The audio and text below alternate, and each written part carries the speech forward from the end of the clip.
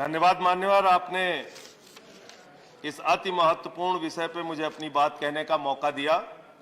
और क्योंकि ये दिल्ली से जुड़ा हुआ बिल है तो मैं आपसे उम्मीद करूंगा कि मेरे ऊपर थोड़ी कृपा आपकी होगी। मैं अपनी बात विस्तार से रखना चाहता हूं। मान्यवर, मैंने आज गृह मंत्री जी से समय सीमित है, कारण तो समय के अंदर बोले। कारण सुना कि क्यों एमसीडी का एकीकरण जरूरी है। उन्होंने उसके तमाम फायदे गिनाए, लेकिन इसके साथ साथ यह सरकार यह कहना चाहती है मान्यवर कि यह हिंदुस्तान की सबसे बुद्धिहीन सरकार है। 7 वर्षों तक ये सत्ता में रहे, इनको एमसीडी के एकीकरण का ज्ञान नहीं आया। 15 साल भारतीय जनता पार्टी एमसीडी में रही, भ्रष्टाचार का गढ़ बना दिया, तब एकीकरण का ज्ञान नहीं आया। जिस दिन चुनाव आयोग ने घोषणा की, संजय जी, चुनाव की तारीखों की घोषणा के लिए, जिस दिन चुनाव आयोग ने चुनाव की घोषणा, I have allowed a point of order. Under what rule? 38. He has used the words buddhihin for the government. These are certainly not acceptable. Government के लिए बुद्धिहीन ये शब्द को हटाया जाए। बुद्धिहीन सरकार अनपार्लियामेंट्री है, इसको रिकॉर्ड से हटाया जाए। If anything unparliamentary, it will be expunged from the record. Please.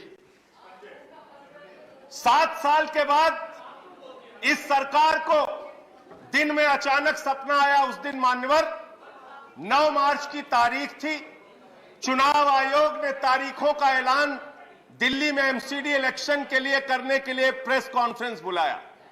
उसी के ठीक पहले इनको सपने में आया कि एमसीडी का एकीकरण करना है, एमसीडी को एक करना है, और इन्होंने चिट्ठी भेज के चुनाव आयोग जैसी संस्था की निष्पक्षता को खत्म करने का काम किया है। भारत के इतिहास में पहली बार हुआ कि किसी सरकार ने चुनाव की तारीखों के ऐलान से रोका है। मानव, ये बिल एमसीडी के एकीकरण का बिल नहीं है मान्यवर, ये बिल केजरीवाल फोबिया बिल है।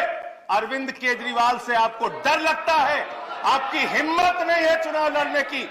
56 इंच का सीना लेके प्रधानमंत्री जी चुनाव छोड़ के भाग गए। केजरीवाल को रोकने के लिए कह रहे हमें एमसीडी चलानी है, एमसीडी चलानी है। संजय सिंह, मैं अरे क्या क्या बोला गया सर? नहीं don't go in the personal level. Don't make personal comment. क्या क्या बोला? Don't make personal. मैं आ रहा हूं, मुद्दे पे आ रहा हूं सर। मान्यवर, ये केजरीवाल फोबिया बिल है। केजरीवाल से इनको डर लगता है। रात के सपने में इनको केजरीवाल आते हैं। चुनाव हारने की गाथा बता रहे थे। गृह मंत्री जी बहुत ध्यान से सुनिएगा, और मैं ऐसा मानता हूं कि वो लोग राजनीति में कायर होते हैं जिनके अंदर सच सुनने का साहस नहीं होता। आपने बहुत अच्छा किया बताया, उत्तर प्रदेश में हमारी जमानतें जब्त हुई। बहुत अच्छा किया बताया आपने कि गोवा में हमारी जमानत जब्त हुई, उत्तराखंड में हुई।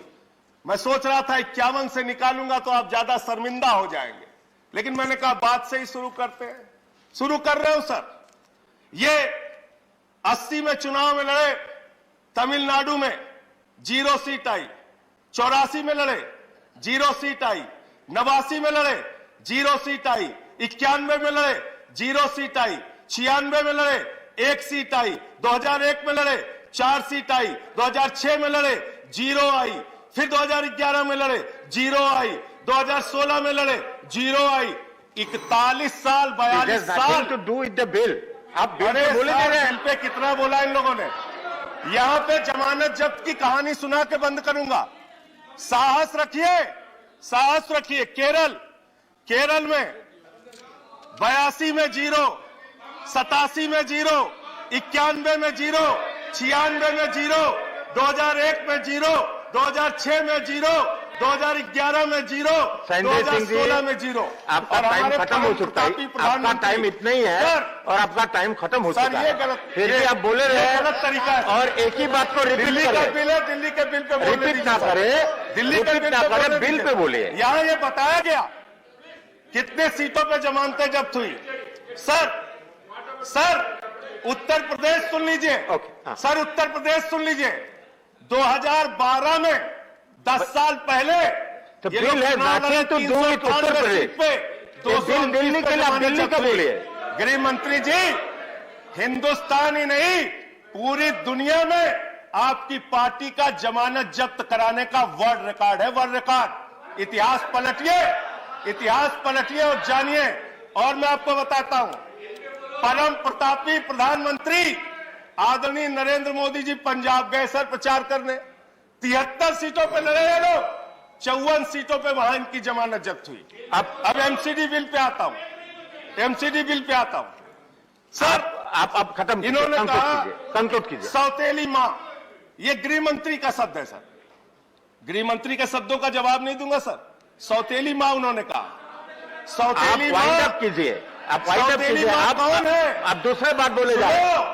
सौतेली मां कौन है? सुनो जरा ध्यान से।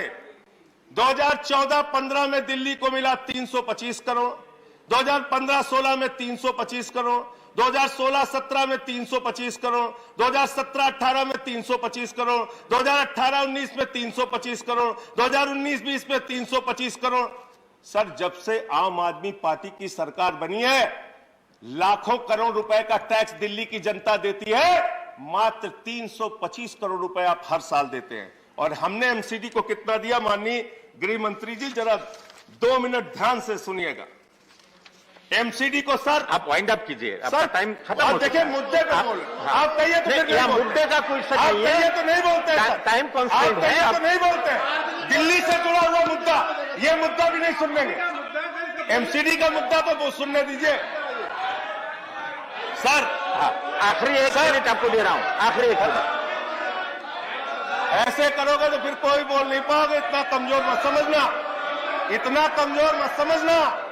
एक आदमी नहीं बोल पाओगे, एक आदमी सदन चलने नहीं पाएगा। ये ठीक बात है। कायरता वाले काम संजय मत जी, ये करो, थ्रेटनिंग, कायरता के काम मत करो। तो सर मैं ये कहना चाहता हूं, 30% इसको एक्सपांड किया जाए, दिल्ली ने दिया। इसको एक्सपांड किया जाए, जो थ्रेटनिंग वर्ड्स है इसको एक्सपांड किया जाए। सर खत्म कर रहा हूं। सर, हमने इनको 2016-17 में 2700 करोड़ दिया, 2017-18 में 3224 करोड़ दिया, 2018-19 में 3444 करोड़ दिया, 2019-20 में 4756 करोड़ दिया, और इस बार इनको 6000 करोड़ रुपए से ज्यादा धन इनको दिया। Thank you, MCD. Thank you. अरे सर, अब हो गया, अब हो गया। ऐसे नहीं, खत्म अभी करो। नहीं, ऐसा नहीं है। कंक्लूड करो सर। नहीं, आपको 5 मिनट पहले मैंने कह दिया आपका टाइम खत्म हो चुका है। सर कंक्लूड कर रहा हूं। नहीं, सर कंक्लूड कर रहा हूं, अंतिम पॉइंट